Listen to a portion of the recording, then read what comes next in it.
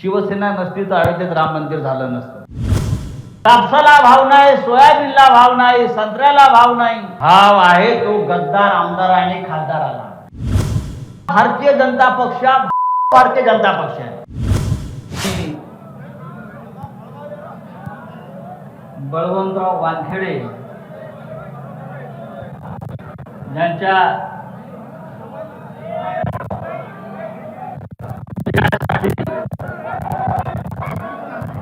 या चांगूर बाजारात जमलेले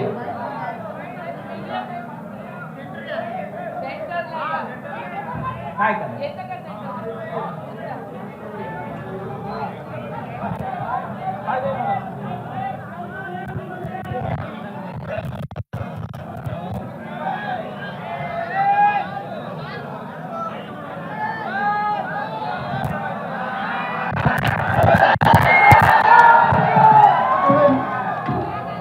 ठीक आहे. आणि या चांदूर बाजारात बळवंतराव वानखेडे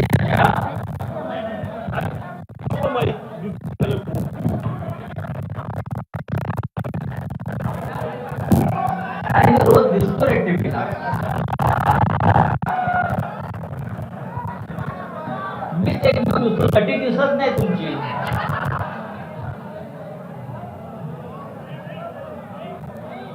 या चांदूर बाजारात जमलेले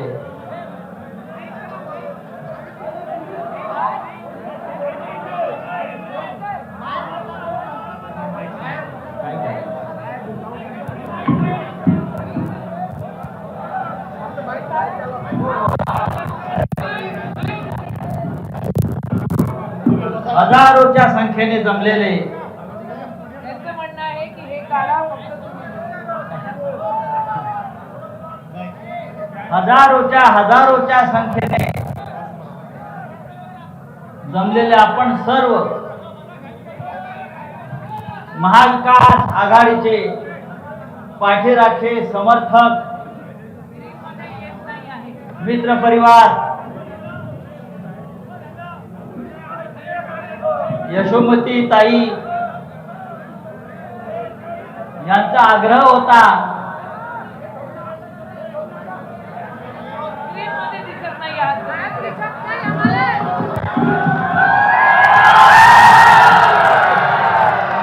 काय नटीला बघून थकले काय तुम्हाला बघताय.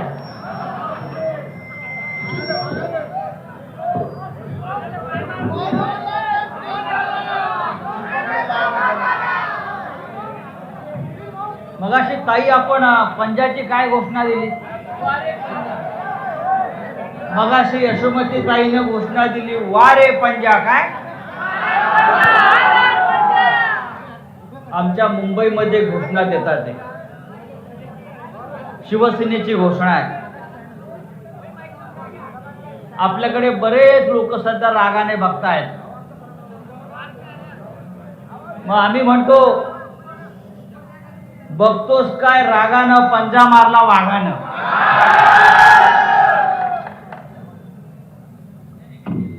शिवसेनेचा वाघाचा पंजा सुद्धा आपलाच आहे आणि काँग्रेसचा पंजा सुद्धा आपलाच आहे. हम सब एक है. मगाशी बळवंतराव वानखेडे यांच्याविषयी अनेक वक्त्यांनी सांगितलं. साधा माणूस आहे, सरळ माणूस आहे, प्रामाणिक माणूस आहे. ग्रामपंचायतला निवडून आले, सरपंच झाले, मग सरपंच झाल्यावर जिल्हा परिषदला निवडून आले, बरोबर ना.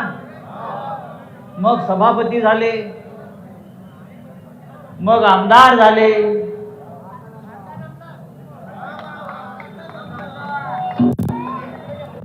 तुमच्याकडले लोक भारी आहेत हो.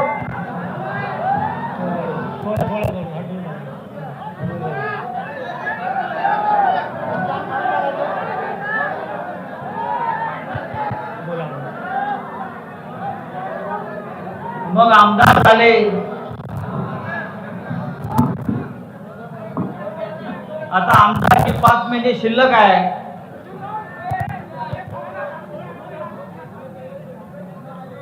आता आमदारकी 5 महिने शिल्लक आहे आणि ते लोकसभेसाठी आता उभे आहेत निवडणुकीत. आता ते खासदार होतील, दिल्लीत जातील.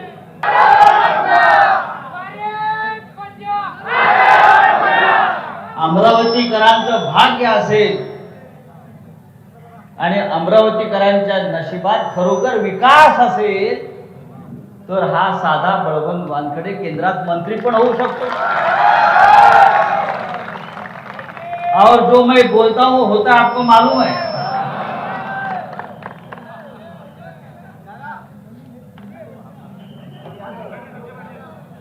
होणार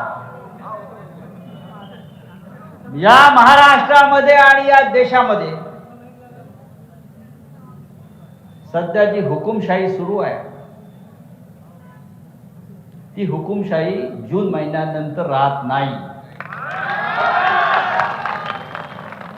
अरे काय म्हणतोय नरेंद्र मोदी तुमचा अब की बार 400 पार.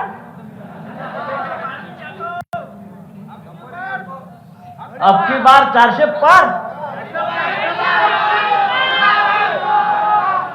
अब की बार भाजपा तड़ीपार.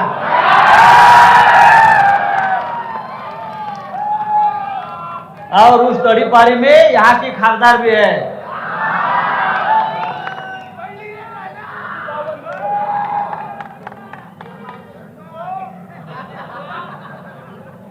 विदर्भातलं वातावरण काय आहे विदर्भातलं हे आजच्या सभेवरून दिसतंय.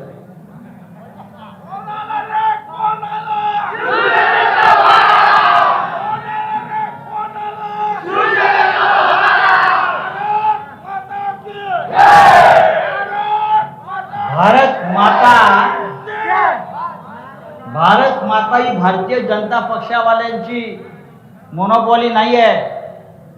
काय झालं की भाजपले म्हणतात भारत माता की जय, जय श्रीराम. अरे राम आमचा सुद्धा आहे आणि भारत माता आमची सुद्धा आहे. आज रामनवमी आहे. आज रामनवमी आहे ना. भाजपवाल्यांनी मिरवणुका काढल्या असतील, आपणही काढल्या. शिवसेना नसती तर अयोध्येत राम मंदिर झालं नसतं.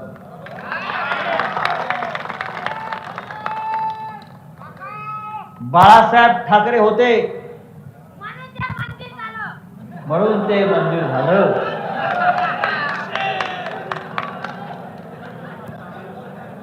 तेव्हाही मातोश्रीला काय हनुमान चालीसा वाचायला येणारी बाया कुठे होती.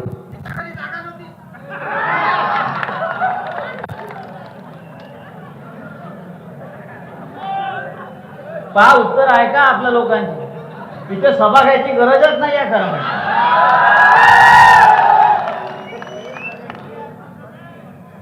मी सांगितलं होतं तेव्हा मातोश्रीच्या आतमध्ये घुसून दाखव, 20 फूट खाली जमिनीत नाही काढलं तर बघा. हे सांगणार आहे मी संजय. बरोबर ना. काय लोकांची मेमरी. मी नागपुरातून बोललो होतो म्हणतात. मी सांगितलं होतं मातोश्रीच्या आसपास पाऊल ठेवून दाखव, 20 फूट जमीन के अंदर नाही गाडलं तर शिवसेनेचं नाव सांगणार नाही. अजिबात नाही. ही बाळासाहेब ठाकरेंनी घडवलेली अवलाद आहे. या अमरावतीवर बाळासाहेब ठाकरेंचं फार प्रेम होतं आणि अमरावतीकरांनी सुद्धा बाळासाहेब ठाकरेंवरती प्रचंड प्रेम केलं. या अमरावतीने शिवसेनेचे आमदार निवडून दिले,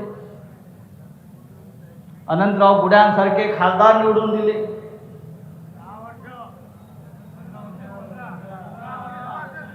किती वर्ष? 15 वर्ष. गावागावात फिरणारा, काम करणारा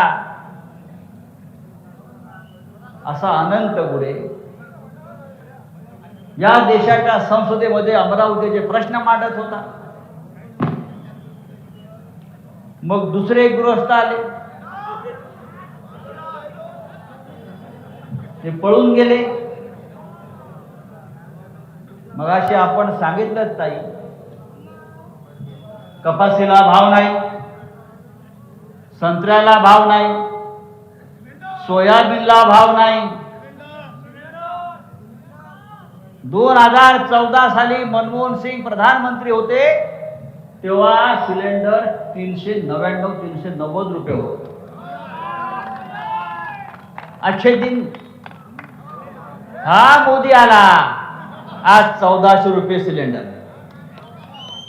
मी तो नेहमी म्हणतो आम्हाला तुमचे अच्छे दिन नको, 2014च्या आधीचे अच्छे दिन आम्हाला परत करा. काही गरज नाही तुमच्या अच्छे दिनची आम्हाला. 2014च्या आधी आमचे दिवस, आमचं जीवन या देशाचं अत्यंत उत्तम चाललं होतं, ते आम्हाला परत करा. मला मिळाले 15 लाख. उद्यापासून बँकेत रांगा लावून 15 लाख घ्या. माझ्या बँकेत 15 लाख आलेले आहे.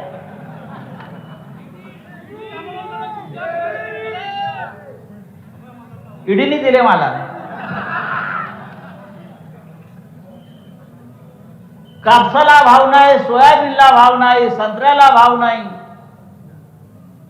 भाव आहे तो गद्दार आमदार आणि खासदाराला. आमदाराचा भाव 50 कोटी आणि खासदाराचा भाव 100 कोटी. बरोबर ना?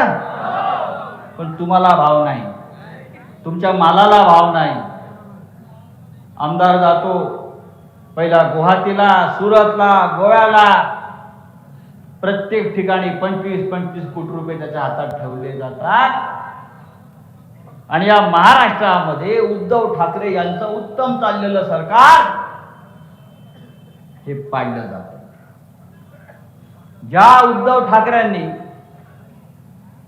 2.5 वर्ष तुमची एखाद्या कुटुंब प्रमुखाप्रमाणे काळजी घेतली की नाही? करोनाच्या काळामध्ये उद्धव ठाकरेंनी तुमची काळजी घेतली की नाही? 2 लाखाचं कर्ज ताबडतोब माफ केलं, आठवत आहे ना?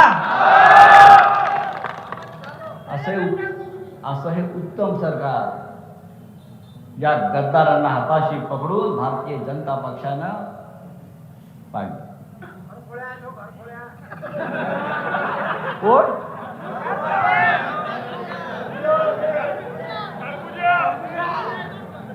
काय भाव आहे का टरबूजला आता? नाही, 2 रुपये किलो आहे, 20 रुपये किलो आहे. 4 जून नंतर फुकट मिळेल, फुकट मिळेल. लोक रस्त्यावरती आणून फोडतील. करोना काळामध्ये आपली काळजी उद्धव साहेबांनी घेतली, सरकारने घेतली. त्यावेळेला त्या उत्तर प्रदेशमध्ये त्या गंगेच्या प्रवाहामध्ये करोनात मेलेले हजारो लोक, त्यांची प्रेत बेवारसपणे टाकली जात होती, आपण पाहिली असती. गुजरातमध्ये मोदी आणि शहाच्या स्मशानामध्ये 5-5 दिवस रांगा लागल्या होत्या. करोनामध्ये मृत्युमुखी पडलेल्या लोकांना अंत्यसंस्कार करायला जागा नव्हती. देशभरामध्ये हीच परिस्थिती असताना या महाराष्ट्रामध्ये माननीय उद्धव ठाकरे यांनी आपली काळजी घेतली, आपल्या घरच्यांचे प्राण वाचवले, आपल्या मुलाबाळांचे प्राण वाचवले. आणि हे इतकं सुंदर चाललेलं सरकार नरेंद्र मोदी, अमित शहा, देवेंद्र फडणवीस ज्यांनी फक्त पैशाच्या ताकदीवर मोडून काढलं. शिवसेना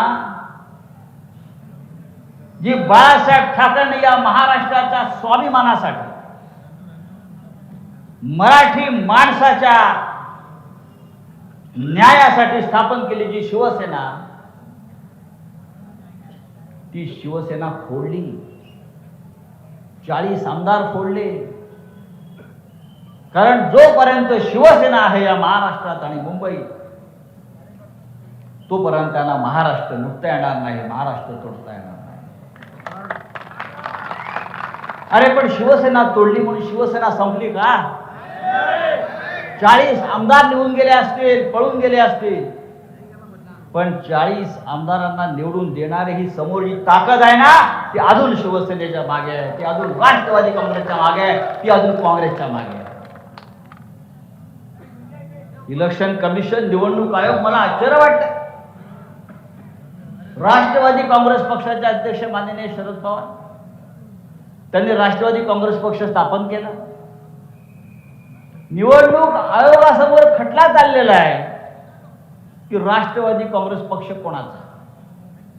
पक्षाचे संस्थापक शरद पवार हे त्या निवडणूक आयोगासमोर बसले आहेत. सुनावणीला आम्ही होतो. पक्षाचा संस्थापक बसलाय, पक्षाचे प्रमुख बसले शरद पवार, आणि निवडणूक आयोग सांगतोय राष्ट्रवादी काँग्रेस पक्ष तुमचा नाही तर या बाजार बोंग्यांचा आहे. ही या देशातली हुकुमशाही. काय म्हणताय? ही या देशाची स्थिती आहे. वॉशिंग मशीन आहे ना? या देशाचे पंतप्रधान नरेंद्र मोदी यांच्यावरती विश्वास कसा ठेवायचा? प्रधानमंत्र्याने तरी खोटं बोलू नये. अख्खा भारतीय जनता पक्ष भारतीय जनता पक्ष आहे, भाडोत्रांचा भारतीय जनता पक्ष आहे, भ्रष्टाचारांचा भारतीय जनता पक्ष आहे. पण जी व्यक्ती प्रधानमंत्री पंतप्रधान पदाच्या खुर्चीवर बसलेली आहे 10 वर्षापासून, ती रोज खोटं बोलते. 2 दिवसापूर्वी भोपाळच्या भारतीय जनता पक्षाच्या त्यांच्या बैठकीमध्ये नरेंद्र मोदी सांगतात की अजित पवारनी 70,000 कोटीचा सिंचन घोटाळा केला. अजित पवारनी देश लुटला, महाराष्ट्र लुटला. आणि 24 तासात तेच अजित पवार भारतीय जनता पक्षामध्ये प्रवेश करतात. त्यांना उपमुख्यमंत्री पदाची शपथ दिली जाते.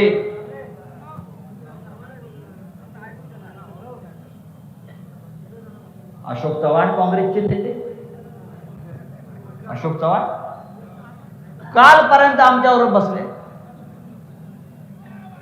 पार्लमेंटमध्ये एक श्वेतपत्रिका आली भ्रष्टाचारावर, आणि त्याच्यामध्ये अशोक चव्हाणांचा आदर्श घोटाळा संरक्षण खात्याचा 3400 कोटीचा हा मोदींनी बाहेर काढला. पुढल्या 24 तासामध्ये अशोक चव्हाणला घासून पुसून वॉशिंग मशीनला टाकून काँग्रेस पक्ष.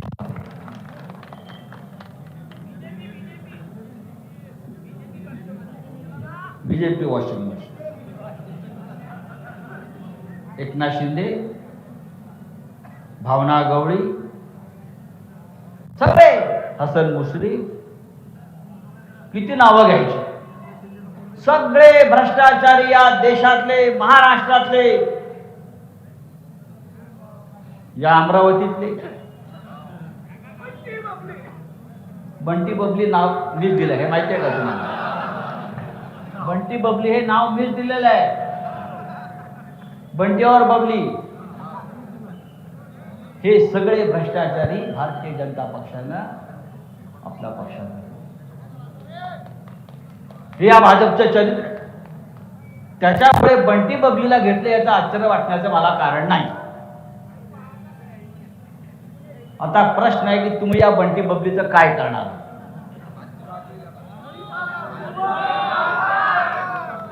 काय करणार? तडीपार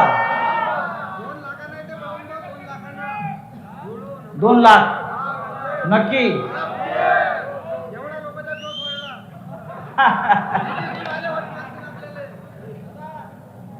चारशे पार म्हणतायत ते कसं करणार तुम्ही?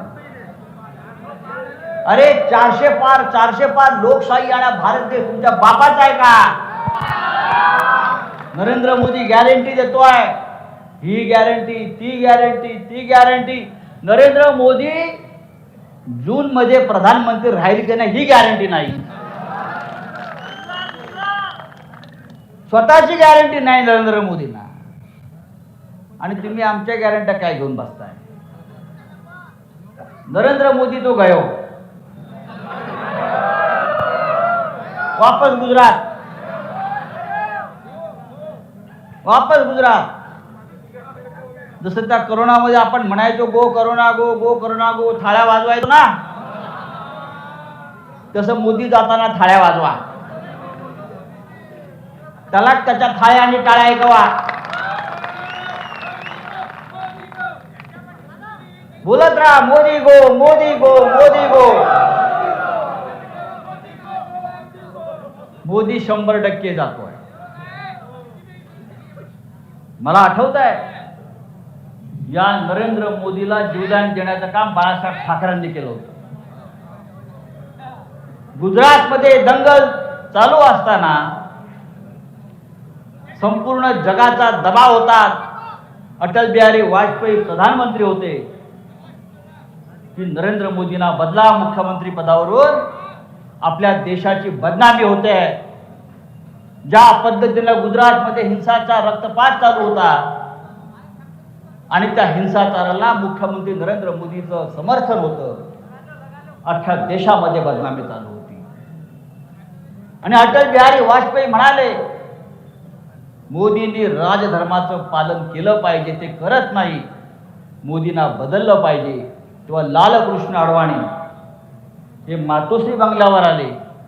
त्यांनी बाळासाहेब ठाकरेंचा सल्ला घेतला की मोदींचं काय करायचं. बाळासाहेब म्हणाले आता मोदींना बदलणं सध्या योग्य नाही. मोदीला जर तुम्ही घालवलं तर गुजरात हातातून जाईल. पण आज अख्खा देश सांगतोय मोदींना घालवा नाही तर देश खड्ड्यात जाईल. आज अख्खा देश सांगतोय की मोदींना घालवा नाहीतर देश खड्ड्यात जाईल. देश खड्ड्यात जातोय, जनता खड्ड्यात जाते. 2 कोटी रोजगार देणार होता, आलेत का रोजगार इथे? त्या खासदाराने उद्योग इथे आणलाय का तुमच्या? आहे ते बंद पडत आहे. 2 कोटी रोजगार 10 वर्ष झाले. एवढ्याला 20, 25, 30 कोटी रोजगार मिळाला पाहिजे होता. अमरावतीच्या लोकांना किमान 5-10 हजार रोजगार मिळाला पाहिजे होता. पण रोजगार कोणाला मिळाला? मोदीच्या राज्यात अंबानीला मिळाला, गौतम अडाणीला मिळाला आणि अमित शहाच्या पोराला मिळाला. अमित शहाच्या पोराला मिळाला. हातामध्ये कधी क्रिकेटची बॅट नाही पकडली आणि भारतीय क्रिकेट बोर्डाचा चेअरमन करून टाकला त्याला. भारतीय क्रिकेट बोर्डाचा चेअरमन. जणू का ह्याने सुनील गावस्करला क्रिकेट शिकवलं, सचिन तेंडुलकरला क्रिकेट शिकवलं. हा अध्यक्ष झाला आणि भारत क्रिकेटचा वर्ल्ड कप हारला. राहुल गांधी म्हणाले पनवती उगाच नाही. मुंबईमध्ये वर्ल्ड कप क्रिकेटचा मॅच असतात नेहमी, आपल्याला माहित असेल. आणि मुंबईमध्ये झालेली क्रिकेटची मॅच आपण नेहमी जिंकत आलो वर्ल्ड कप. या वेळेला गुजरातला घेऊन गेले आणि भारत हारला. टाळ्या काय वाजवत आहे? अभी गो गो मोदी गो हीच आपली घोषणा पाहिजे.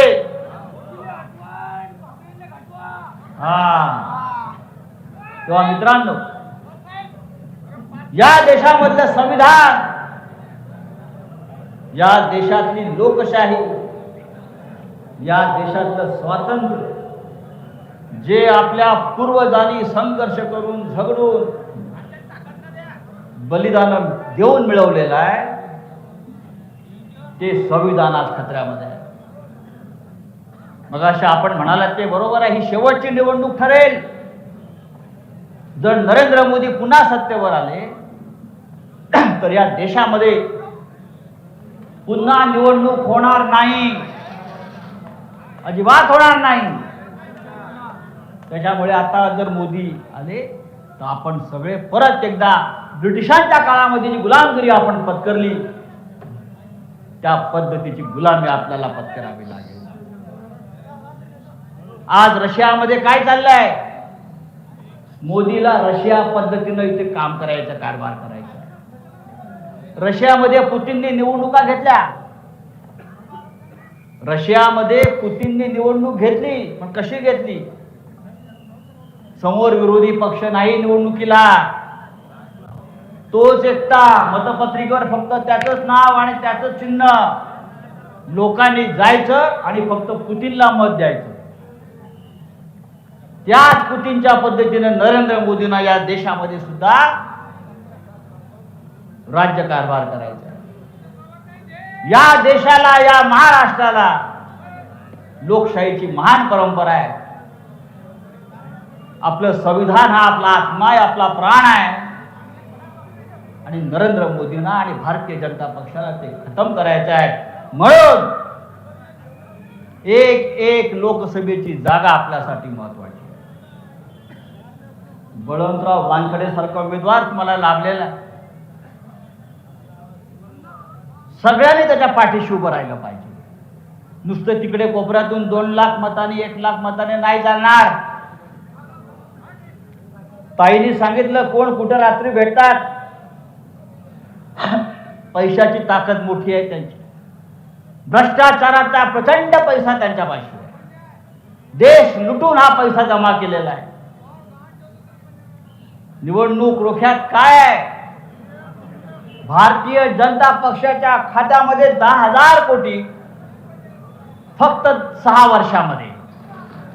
आणि काँग्रेसने 70 वर्ष राज्य केलं या देशावर. 70 वर्ष काँग्रेसच्या खात्यामध्ये 160 कोटी. देश लुटला कोणी? 70 वर्ष राज्य करून 70 वर्ष राज्य करून काँग्रेसच्या खात्यात 200 कोटी पण नाही. आणि 5-6 वर्षामध्ये भारतीय जनता पक्षाच्या खात्यात जर 10,000 कोटी जात असतील तर या देश लुटणाऱ्यांच्या यादीमध्ये भारतीय जनता पक्षाचं नाव हे सगळ्यात वर असायला पाहिजे. वर बघतो म्हणजे भाजप वरच जाणार आहे. आता ती वर जायची सुरुवात आहे. दिल्ली यांच्या बापाची नाही.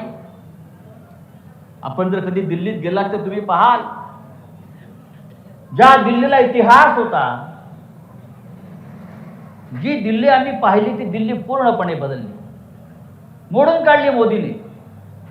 ऐतिहासिक संसद, पार्लमेंट जे अजून 100 वर्ष चालला असतो, ज्या पार्लमेंटमध्ये स्वातंत्र्याचा ठराव झाला देशाच्या, ज्या पार्लमेंटमध्ये बसून डॉक्टर आंबेडकरांसह घटनापीठानं आपलं संविधान निर्माण केलं, त्या संसदेला टाळं लावलं आणि स्वतःच्या हातापायी एक भव्य असं मंगल कार्यालय उभं केलं आहे खासदारांना बसण्यासाठी.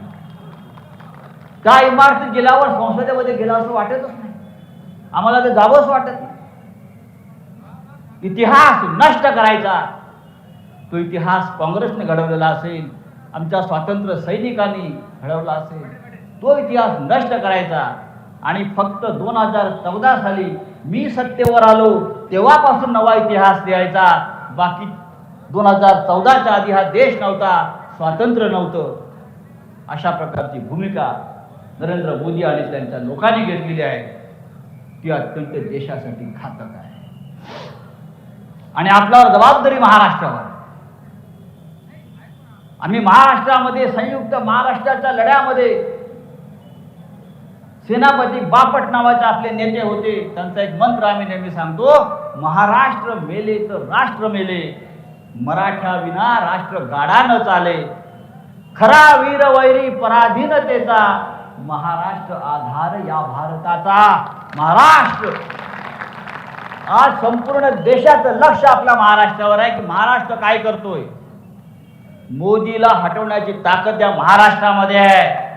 आणि म्हणून या 48 जागा ज्या महाराष्ट्रातल्या महाविकास आघाडीच्या आहेत, त्या आपण जिंकून दिल्लीमध्ये इंडिया आघाडीला ताकद दिली पाहिजे. इथे उमेदवार शिवसेनेचा नाही, काँग्रेसचा नाही, राष्ट्रवादी काँग्रेसचा नाही, महाविकास आघाडीचा आहे. कोणते मतभेद असता कामा नयेत. ही जागा शिवसेनेकडे होती पूर्वी, पण आता काँग्रेसकडे आहे. महाविकास आघाडीचा उमेदवार आहे. आम्ही सगळे पूर्ण शिवसेना पहा तुम्ही ताकदीनं बळवंतरावाच्या मागे उभी आहे. आपण सगळ्यांनी उभे राहिले. हिंदू असतील, मुसलमान असतील, ख्रिश्चन असतील, हा देश सगळ्यांचा आहे. प्रत्येकाच्या देशाच्या स्वातंत्र्यामध्ये आणि त्यागामध्ये योगदान आहे. पण मोदींना ते मान्य नाही, भारतीय जनता पक्षाला ते मान्य नाही. आणि म्हणून आपल्याला 26 तारखेला इकडलं मतदान कधी आहे? क्रांतिकारक तारीख आहे. प्रजासत्ताक आपल्याला 26 तारखेला लाभलेला आहे. घटना 26 तारखेला निर्माण झालेली आहे आणि संविधान वाचवण्यासाठी आपल्याला 26 तारखेला हुकुमशाहीच्या विरुद्ध मतदान करायचं आहे. या नट्या हिरोईन येतात आणि जातात. या नट्या येतात आणि जातात, त्यांचे सिनेमे पडतात. पण या देशाचं संविधान ते अमर अजिंक्य आहे, ते राहिलं पाहिजे. या देशाची लोकशाही टिकली पाहिजे. या देशाचं स्वातंत्र्य अमर राहिलं पाहिजे. आणि म्हणून इतक्या मोठ्या संख्येनं आपण या चांदूर बाजारात जमलेला आहे. आपल्या सगळ्यांची जबाबदारी. जागते रहो, जागं राहिलं पाहिजे. आपण डोळ्यावर पट्टी बांधून चालणार नाही, जागं राहिलं पाहिजे. कोणी तुम्हाला काय वेडवाकडं करताना दिसलं, ताईने सांगितलं तसं, तर लोकशाही मार्गानं बाळासाहेब ठाकरेंच्या भाषेत त्याला तुडवलं पाहिजे. लोकशाही वाचवायची असेल तर आपल्याला काही काळ ही तुडवातुडवी करावी लागेल. याबद्दल माझ्यावरती खटला दाखल करायचा असेल ते करू शकता. माझ्यावरती 150 खटले आहेत. ईडीने तुरुंगात टाकून पण झालाय. ईडीने तुरुंगात टाकून झाले, सगळं करून झाले, पण संजय राऊत थांबणार नाही, शिवसेना थांबणार नाही, उद्धव ठाकरे थांबणार नाहीत. जबाबदारी आमच्यावर आहे महाराष्ट्राचं रक्षण करण्याची. मी तर ईडीवाले माझ्या घरी आले तेव्हा म्हटलं, कशाला नाटक करताय, हे सर्च करताय, दाढी घालताय, तुम्ही मला अटक करायला आलाय. चला मी तयार आहे म्हटलं. मैं तैयार हूं, चलो जेल में जाना है ना, हमको अरेस्ट करना है तो कर लो. आम्ही काय गुन्हा केलाय? आम्ही या देशासाठी बोलतो, हुकुमशाही विरुद्ध बोलतो. हा गुन्हा असेल तर आम्ही या करत राहू, आम्हाला अटक करत राहा. जर त्या काळामध्ये भगतसिंग, सुखदेव, राजगुरू हे घाबरले असते तर देश स्वतंत्र झाला नसता, ब्रिटिश गेले नसते. आम्ही सुद्धा त्याच पठडीतले आहोत. पण निदान या जनतेनं काही केलं नाही तरी आता कमळाचं बटन दाबण्याची चूक करून चालणार नाही. आज आमच्या मुंबईमध्ये घोषणा, एक ही भूल कमल का फूल, की आता भूल करू नका, ती चूक करू नका. जिथे पंजा आहे तिथे पंजाला बटन, जिथे मशाल आहे तिथे मशाल, आणि जिथे तुतारी आहे तिथे तुतारी. हीच आपली महाविकास आघाडी आहे. आणि मला खात्री आहे, ज्या प्रकारचं चित्र, ज्या प्रकारचा जिवंतपणा या अमरावतीमध्ये मला दिसतोय, बळवंतराव वानखडे 2 लाखाने काय त्या बाईचं डिपॉझिट घालवून दिल्लीला पोहोचल्याशिवाय राहणार नाही. मला खात्री आहे, मला विश्वास आहे. आपण मगाशी माननीय उद्धव ठाकरे साहेबांना विनंती केलेली आहे, शेवटचा हातोडा मारायला तुम्ही या.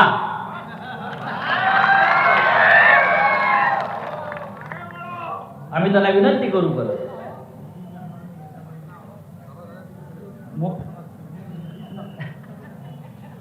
नाही, मला सुधीर सूर्यवंशी म्हणतात, मोदीची हवा नाही असं बाई म्हणतात. मग चला हवा येऊ द्या. मोदीची हवा या देशात कधीच नव्हती, हे माझं काय म्हणणं आहे. 2014लाही नव्हती, 2019लाही नव्हती आणि 2024ला अजिबात नाही. बाईसाहेबांना वेळेत कळले ते बरं झालं. 2014ला सुद्धा अत्यंत दळभद्रीपणा करून हे जिंकून आले.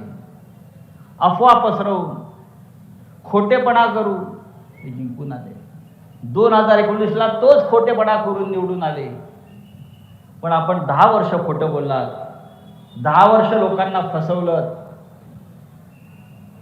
मी फार हिंमतवाला माणूस आहे, आपल्याला माहिती आहे. नरेंद्र मोदी मला एकदा भेटले, पार्लमेंटच्या लॉबीत गप्पा मारतो आम्ही, आणि आम्ही जरा विचारलं, सगळे त्यांचे लोक उभे होते. जनता को बेवकूफ बनाकर आप प्रधानमंत्री हो गए.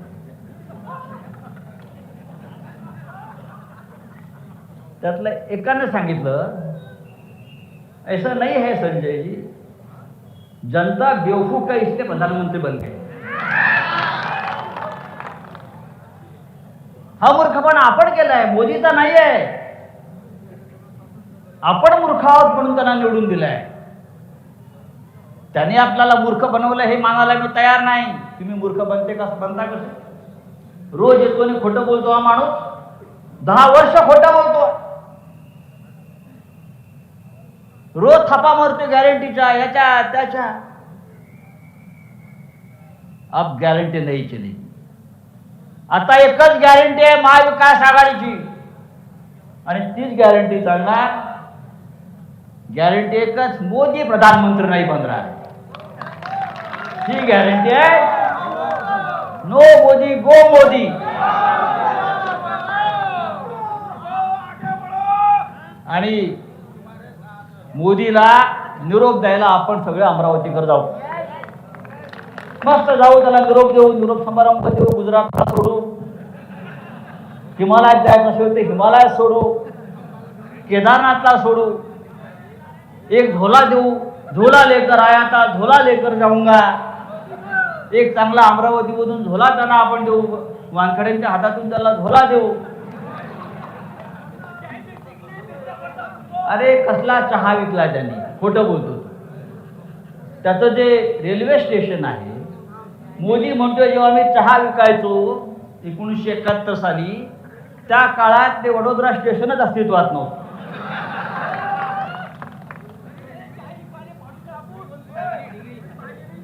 डिग्री खोटी, सगळंच खोटं आहे त्या माणसाचं. असो, आता हा खोटेपणा आपण थांबवूया आणि एक सुंदर असं एक देश आपण पुन्हा निर्माण करू. राहुल गांधी असतील, सोनियाजी असतील, उद्धव ठाकरेजी असतील, शरद पवार साहेब असतील, ही जबाबदारी आपण सगळे घेऊ. आणि त्यासाठी अमरावतीचा खासदार हा दिल्लीमध्ये प्रचंड मताने निवडून द्यावा, हे सांगण्यासाठी मी आलो. जय हिंद, जय महाराष्ट्र. देश विदेशातील प्रत्येक घडामोडींचे लाईव्ह अपडेट मिळवण्यासाठी आता साम टीव्हीच्या सर्व सोशल मीडिया प्लॅटफॉर्मला लाईक, फॉलो आणि सबस्क्राईब करा. तसंच सर्व नोटिफिकेशनसाठी बेल आयकॉन प्रेस करायला विसरू नका.